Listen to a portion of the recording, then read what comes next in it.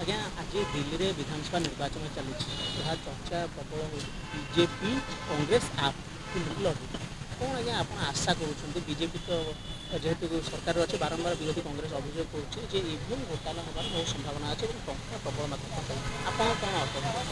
ଦେଖନ୍ତୁ ମୁଁ ଇଭିଏମ୍ ଘୋଟାଲାକୁ ନେଇକି ଅନେକ ଚର୍ଚ୍ଚା ହେଉଛି। ମୁଁ ସବୁବେଳେ ମୌଳିକ ପ୍ରଶ୍ନଟି ପଚାରେ, ଦିଲ୍ଲୀରେ ଲୋକସଭା ନିର୍ବାଚନରେ ବିଜେପି ପୋଛିକି ନିଏ, କିନ୍ତୁ ଆମ୍ ଆଦମୀ ପାର୍ଟି ଏକ ପାଖିଆ ଭାବରେ ବିଜୟ ହାସଲ କରେ।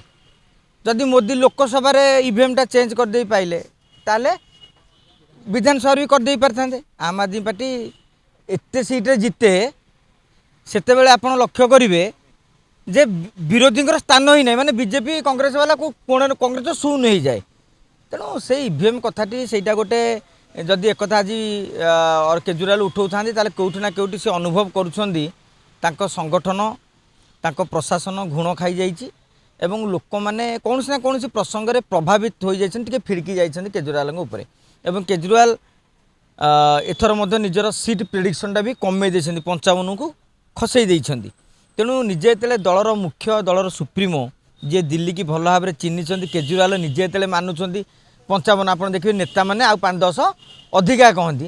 ତେଣୁ କେଉଁଠି ନା କେଉଁଠି ଗୋଟେ ଟପ୍ ଫାଇଟ୍ ହେଉଛି ବୋଲି ଆପ୍ର ସୁପ୍ରିମୋ କେଜରିୱାଲ ବାର୍ତ୍ତା ଦେଇଛନ୍ତି।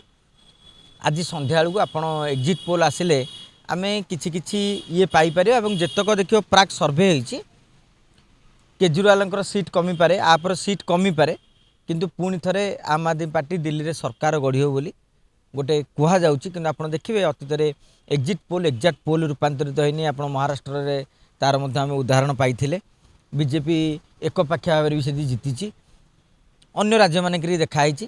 ତେଣୁ ଏକ୍ଜିଟ୍ ପୋଲ୍ ଏକ୍ଜାକ୍ଟ ପୋଲ୍ ଭିତରେ କେତେ କ'ଣ ଡିଫରେନ୍ସ ଆସୁଛି ସେଇଟା ତ 8 ତାରିଖରେ ଆମେ ଜାଣିପାରିବା। କିନ୍ତୁ ଆଜି ସନ୍ଧ୍ୟାବେଳକୁ ହିଁ ଗୋଟେ କିଛି ଆଭାସ ମିଳିପାରିବ ସେ ନେଇକି